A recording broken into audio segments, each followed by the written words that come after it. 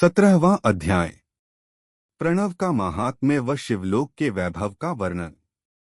ऋषि बोले, महामुनि, आप हमें प्रणव मंत्र का महात्म्य तथा शिव की भक्ति पूजा का विधान सुनाइए। प्रणव का महात्म्य। सूत जी ने कहा, महर्षियों, आप लोग तपस्या के धनी हैं तथा आपने मनुष्यों की भलाई के लिए बहुत ही सुंदर प्रश्न किया है। मैं आपको इसका उत्तर सरल भाषा में दे रहा हूं। प्रकृति से उत्पन्न संसार रूपी महासागर का नाम है।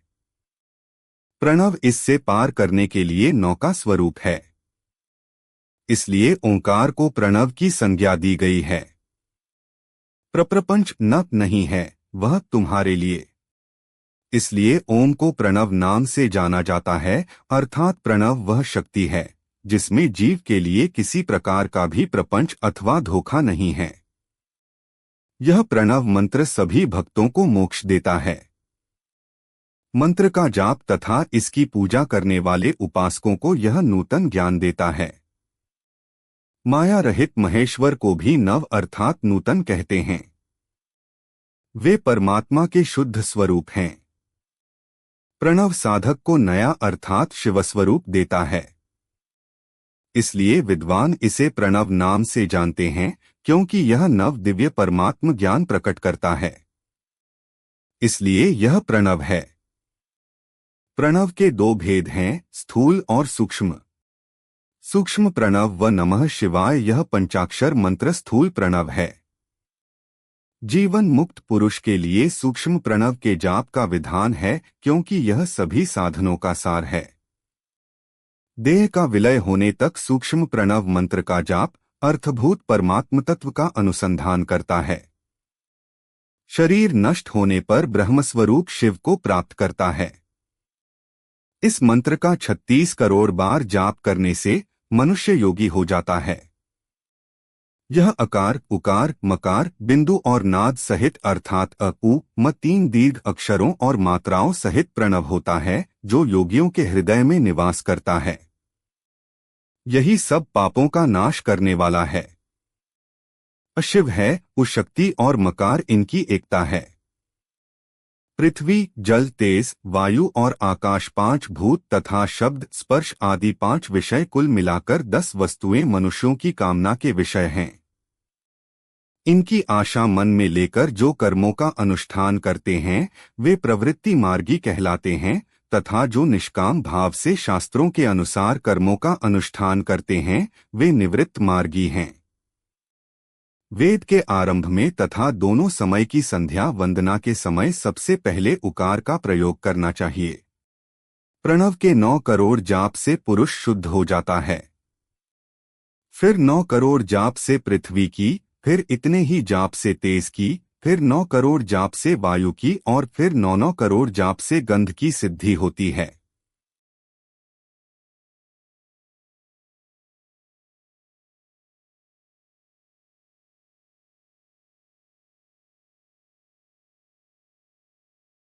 ब्राह्मण सहस्र ओंकार मंत्रों का रोजाना जाप करने से प्रबुद्ध व शुद्ध योगी हो जाता है। फिर जितेंद्रिय होकर 5 करोड़ का जाप करता है तथा शिवलोक को प्राप्त होता है। क्रिया, तप और जाप के योग से शिवयोगी 3 प्रकार के होते हैं। धन और वैभव से पूजा सामग्री एकत्र कर अंगों से नमस्कार आदि करते हुए इष्टदेव की प्राप्ति के लिए जो पूजा में लगा रहता है वह क्रियायोगी कहलाता है। पूजा में संलग्न रहकर जो परिमित भोजन करता है एवं बाह्य इंद्रियों को जीतकर वश में करता है उसे तपोयोगी कहते हैं। सभी सद्गुणों से युक्त होकर सदा शुद्ध भाव से समस्त कार्य कर शांत हृदय से निरंतर जो जाप करता है वह जप योगी कहलाता है। जो मनुष्य 16 उपचारों से शिवयोगी महात्माओं की पूजा करता है वह शुद्ध होकर मुक्ति को प्राप्त करता है। जपयोग का वर्णन।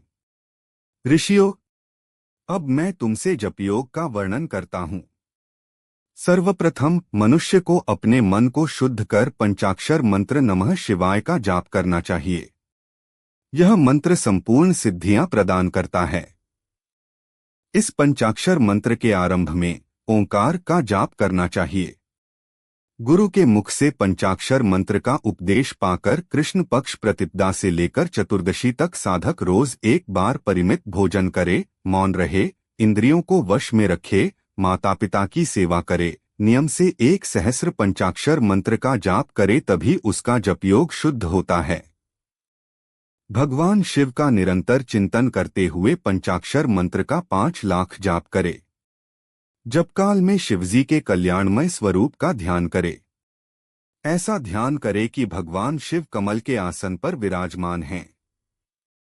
उनका मस्तक गंगा जी और चंद्रमा की कला से सुशोभित है। उनकी बाईं ओर भगवती उमा विराजमान हैं। अनेक शिवगण वहां खड़े होकर उनकी अनुपम छवि को निहार रहे हैं। मन में सदाशिव का बारंबार स्मरण करते हुए सूर्यमंडल से पहले उनकी मानसिक पूजा करे। पूर्व की ओर मुख करके पंचाक्षर मंत्र का जाप करे। उन दिनों साधक शुद्ध कर्म करे तथा अशुद्ध कर्मों से बचा रहे। जाप की समाप्ति के दिन कृष्ण पक्ष की चतुर्दशी को शुद्ध होकर शुद्ध हृदय से 12 सहस्र जाप करे। तत्पश्चात ईशान, तत्पुरुष, अघोर, वामदेव तथा सद्योजात के प्रतीक स्वरूप 5 शिव भक्त ब्राह्मणों का वरण कर शिव का पूजन विधिपूर्वक कर होम प्रारंभ करे। विधि विधान से भूमि को शुद्ध कर वेदी पर अग्नि प्रज्वलित करे। गाय के घी से 1100 अथवा 1000 आहुतियां स्वयं दे या 108 आहुतियां ब्राह्मण से दिलाएं। दक्षिणा के रूप में 1 गाय अथवा बैल देना चाहिए। प्रतीक रूप 5 ब्राह्मणों के चरणों को धोए तथा उस जल से मस्तक को सींचे। ऐसा करने से अगणित तीर्थों में तत्काल स्नान का फल प्राप्त होता है।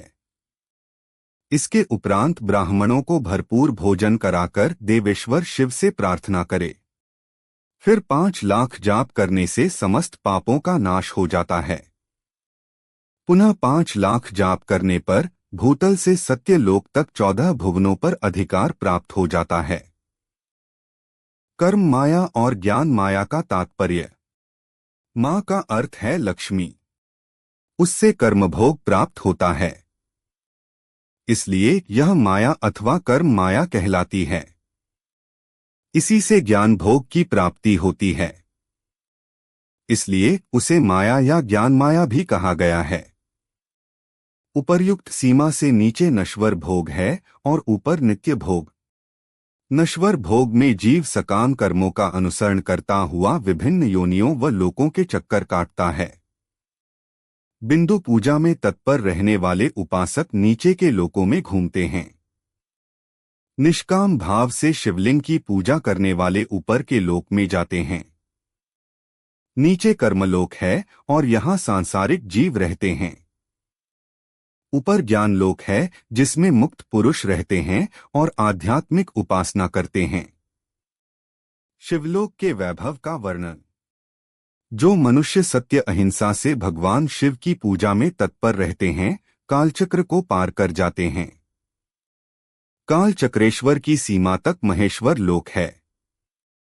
उससे ऊपर वृषभ के आकार में धर्म की स्थिति है। उसके सत्य, शौच, अहिंसा और दया 4 पाद हैं। वह साक्षात शिवलोक के द्वार पर खड़ा है। क्षमा उसके सींग हैं, शम कान हैं। वह वेदध्वनि रूपी शब्द से विभूषित है। भक्ति उसके नेत्र व विश्वास और बुद्धि मन हैं। क्रिया आदि धर्मरूपी वृषभ हैं जिस पर शिव आरूढ़ होते हैं। ब्रह्मा, विष्णु और महेश की आयु को दिन कहते हैं। कारण स्वरूप ब्रह्मा के सत्यलोक पर्यंत 14 लोक स्थित हैं, जो 5 भौतिक गंध से परे हैं। उनसे ऊपर कारण रूप विष्णु के 14 लोक हैं तथा इससे ऊपर कारण रूपी रुद्र के 28 लोकों की स्थिति है। फिर कारणेश शिव के 56 लोक विद्यमान हैं। सबसे ऊपर 5 आवरणों से युक्त ज्ञानमय कैलाश है, जहां 5 मंडलों, 5 ब्रह्मकालों और आदि शक्ति से संयुक्त आदिलिंग है, जिसे शिवालय कहा जाता है।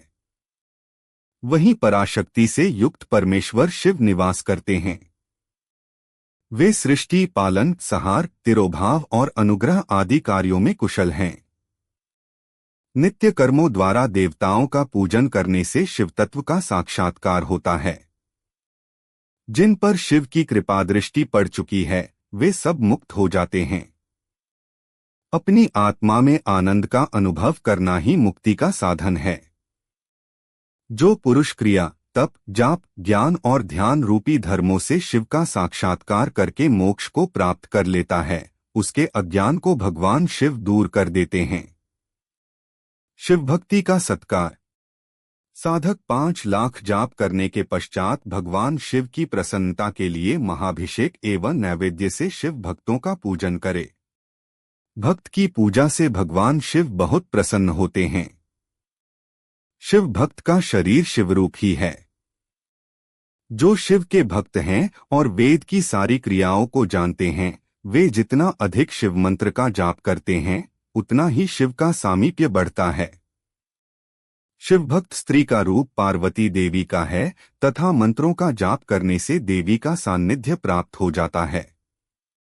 साधक स्वयं शिवस्वरूप होकर पराशक्ति अर्थात पार्वती का पूजन शक्ति बे तथा लिंग का चित्र बनाकर अथवा मिट्टी से इनकी आकृति का निर्माण करके प्राण प्रतिष्ठा कर इसका पूजन करे।